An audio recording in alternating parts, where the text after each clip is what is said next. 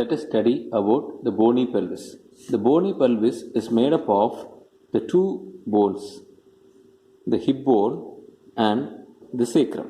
It is made up of the hip bones and the sacrum. So there are two hip bones united in the midline in the front to form the symphysis pubis, and posteriorly it is attached to this bone. This is actually the sacrum. This is actually a single hip bone which is made up of three components, that is actually the ilium, the ischium and the pubis.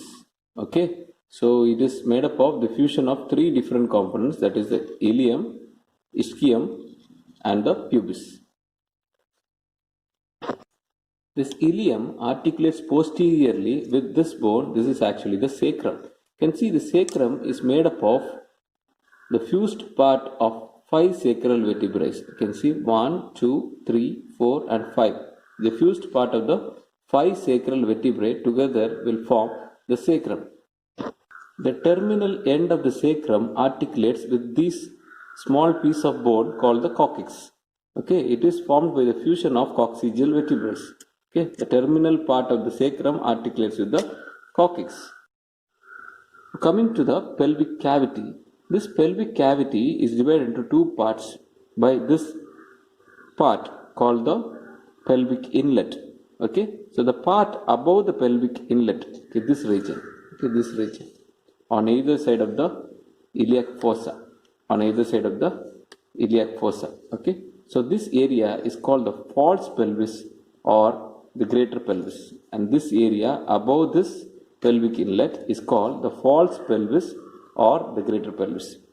The area which is below the pelvic inlet is called the true pelvis. Now let's study about the true pelvis. You see, the true pelvis is extending from the pelvic inlet to the pelvic outlet. It is extending between the pelvic inlet and the pelvic outlet. First, let's see about the pelvic inlet. The pelvic inlet is bounded from symphysis pubis to that of the sacral promontory. This bulged portion of the sacral body of the sacrum is called the sacral promontory, and this fusion of the two hip bones in the front is called the pubic symphysis or the symphysis pubis. Okay, so what are the boundaries? From midline, the symphysis pubis followed by the pubic crest. Then we have this prominence called the pubic tubercle. This prominence which is called the pubic tubercle. Then we have this line. You can see this line which is called as the pecten pubis or pectineal line. It's a pecten pubis or the pectineal line. Then we have this eminence here. We have a dilated eminence here which is called as iliopubic eminence. Okay, iliopubic eminence. And this line which is continuous here up to the sacrum, ala of the sacrum, this is actually the ala of the sacrum, up to the sacrum is called the arcuate line. This is called the arcuate line. Then we have the ala of the sacrum and the promontory. So these are all the boundaries of the pelvic inlet. Once again we will repeat: the pubic symphysis, the pubic crest, the pubic tubercle, then this line, the pectineal line or the pecten pubis, the iliopubic eminence, the arcuate line, the ala of the sacrum and the sacral promontory. These are the boundaries on either side. So same boundaries there on the other side also to form the pelvic inlet. Next, coming to the pelvic cavity proper. Okay, this is actually the true pelvis. Okay, true pelvis or the lesser pelvis. Okay, which lodges the important organs like the rectum, the urinary bladder, and in case of females we have uterus and the fallopian tube and the ovary. Next, coming to the inferior pelvic aperture or the pelvic outlet. You can see this is somewhat like a diamond shaped opening externally. Okay, diamond shaped opening externally, and this is called the pelvic outlet. Let's see the boundaries of the pelvic outlet after rotating the pelvis. Now what we are seeing is the pelvic outlet. It is somewhat diamond shaped. Okay, so So this inferior aperture is bounded anteriorly by a ligament which is extending at the inferior part of the pubic symphysis, okay, by a ligament which is mentioned, which is actually given in this green color. This is actually the inferior pubic ligament. It's actually the inferior pubic ligament, followed by this ischiopubic ramus. Okay, this ramus is called the ischiopubic ramus, which is actually a continuation of ischium. This is a continuation of the ischium, and it is connection of the inferior pubic ramus and the ischial ramus. Together forms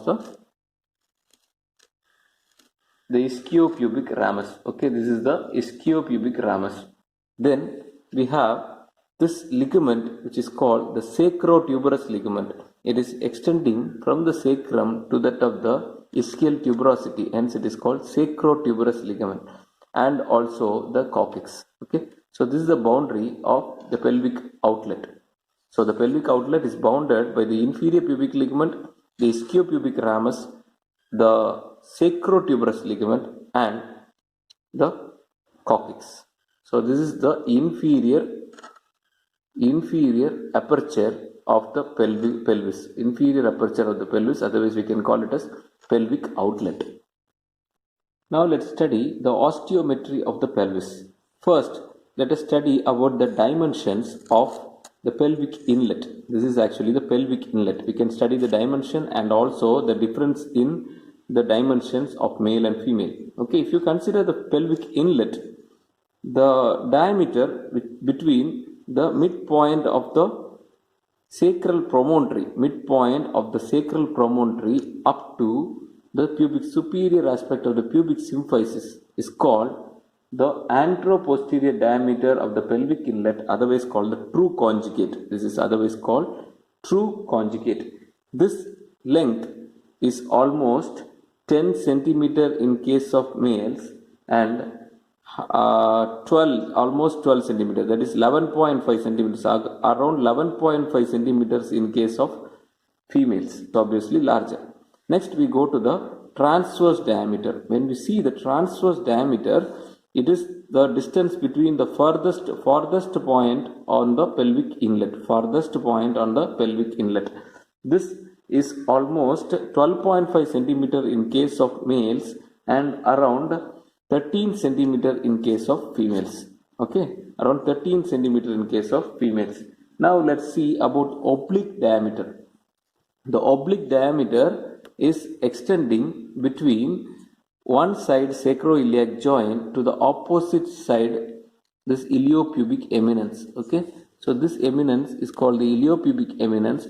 So this is extending between one side sacroiliac joint to the opposite side iliopubic eminence. This is the oblique diameter, and this one will be measuring approximately 12 centimeter in case of males and 12.5 centimeter in case of females. 12.5 centimeter in case of females. Now let's study about the diameters of the pelvic outlet. For that, let's rotate the pelvis. Now if you see, the distance between the two ischial tuberosities is called the transverse diameter of the pelvic outlet. Okay, it's called the transverse diameter of the pelvic outlet, otherwise called the bituberous diameter, which is around 8.5 centimeter in case of males, and it is up to 12 centimeters in case of females, and it ranges up to 12 centimeter in case of females. Next is the anteroposterior diameter. This is the anterior part, this is the posterior part, which is extending from the inferior aspect of the pubic symphysis up to the coccyx. Extending from the inferior aspect of the pubic symphysis up to the coccyx. Okay, and this diameter is the anteroposterior diameter, and it measures approximately 8 centimeter in case of males and 12.5 centimeters in case of females. The last diameter is the oblique diameter, which will be extending from the midpoint of the sacrotuberous ligament, okay, from the midpoint of the sacrotuberous ligament to the opposite side midpoint of, or we can call it as the junction of ischial and the pubic ramus. So this is the ischial ramus, this is the pubic ramus. Okay, inferior ischial ramus and the inferior pubic ramus. So this point to the midpoint of the sacral tuberosity will be termed as the oblique diameter, which will be approximately 10 centimeter in case of males and approximately 12 centimeters in case of females. Now at last, let's study the dimensions of the pelvic cavity proper. You see the pelvic cavity proper, the anteroposterior diameter will be extending from the midpoint of the third sacral vertebrae. You can see this is actually the first, second, third. So the midpoint of the third sacral vertebrae to the posterior surface of the pubic symphysis. You can see this is the pubic symphysis and this is the posterior surface of the pubic symphysis. So this distance is the anteroposterior diameter of the pelvic cavity proper. This is approximately 10.5 centimeter in case of males and approximately 13 centimeters in case of females. Okay. Next is the transverse diameter. The widest part of the pelvic cavity is taken as the transverse diameter. This transverse diameter is almost 12 centimeter in case of males and 12.5 centimeter in case of females. Next is the oblique diameter. To know the oblique diameter, we should know one more structure which is actually covering this obturator foramen. This is actually the obturator foramen. It's covering the obturator foramen called the obturator membrane. Okay. Now we'll see the oblique diameter, which will be extending from the lowest part of the sacroiliac joint, to the opposite side midpoint of the obturator foramen, or we can call it as obturator membrane. Here the membrane will be there. So the midpoint of the obturator membrane to that of the lowest limit of this sacroiliac joint. Okay, lowest limit of the sacroiliac joint. So this is approximately 12 centimeters in case of males and 12.5 centimeters in case of females. Now let's consider some of the important diameters when we do an internal pelvimetry. Okay, in an internal pelvimetry, that is during digital examination through vagina. Okay, during a digital examination through the vagina. The first thing is the diagonal conjugate. It is the distance between the midpoint of the promontory. It is the distance between the midpoint of the promontory and the lower border of the anterior surface of the pubic symphysis here. And lower border of the anterior surface of the pubic symphysis. It is the distance between the midpoint of the promontory to the lower border of the anterior surface of the pubic symphysis. This dimension is called the diagonal conjugate. Okay, this is called the diagonal conjugate, and it measures around 11.5 centimeter. Okay, approximately 11.5 centimeter. From this we can calculate the true conjugate. Okay, the true conjugate is nothing but from the midpoint of the promontory to that of the superior aspect of the pubic symphysis. Okay, from here, from this dimension we can calculate this true conjugate by roughly subtracting 1.5 centimeter to that of this diagonal conjugate from that of the diagonal conjugate. Okay, the next important diameter is between the two ischial spines. Okay, these two are the ischial spines. You can see it like this. So this is an ischial spine, this is another ischial spine. The diameter between the two ischial spine, which is approximately 9 centimeter, is the interspinous diameter, otherwise we can called as interischial spinous diameter, which is approximately 9 centimeter in length. These are all the various diameters and the dimensions of the pelvis. Now let's study the difference between the male and the female pelvis. If you take a male pelvis, it is obviously much heavier when compared to that of the female pelvis. So the thickness of the bones will be much greater when compared to that of females. And the muscle markings, wherever the muscles are to be attached, the muscle markings will be more prominent in case of males when compared to that of the females. If you see the bony inlet, if you see the bony inlet, that is the pelvic inlet, it is somewhat heart shaped in case of males and oval in case of females. It is heart shaped in case of males and oval in case of females. The cavity, if you take the pelvic cavity proper, the cavity is larger in case of females when compared to that of the males.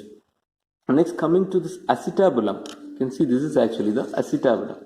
If you see the acetabulum, this acetabulum will be larger in case of males and smaller in case of females. Okay.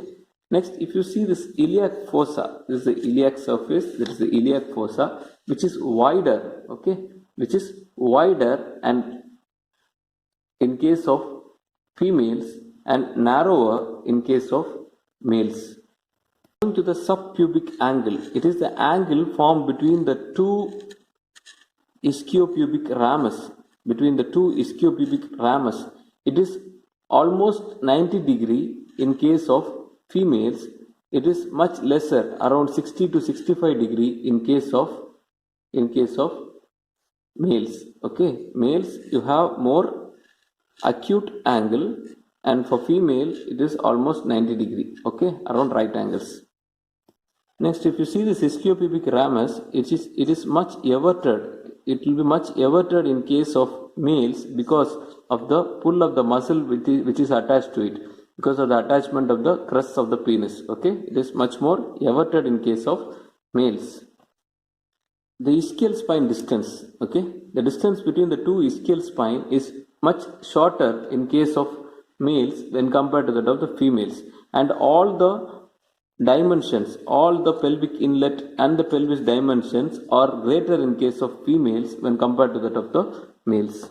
The greater sciatic notch is wider in case of females and narrower in case of males. Okay, the greater sciatic notch is wider in case of females and narrower in case of males. Sacrum is more evenly curved in case of males and it is less curved in case of females. Okay, it is less curved in case of females and it is more evenly curved in case of males. If you see the sacral promontory, it is more prominent in case of males and less prominent in case of females. Okay, the sacral promontory is more prominent in case of males and less prominent in case of females. So these are all some of the difference between the male and the female pelvis.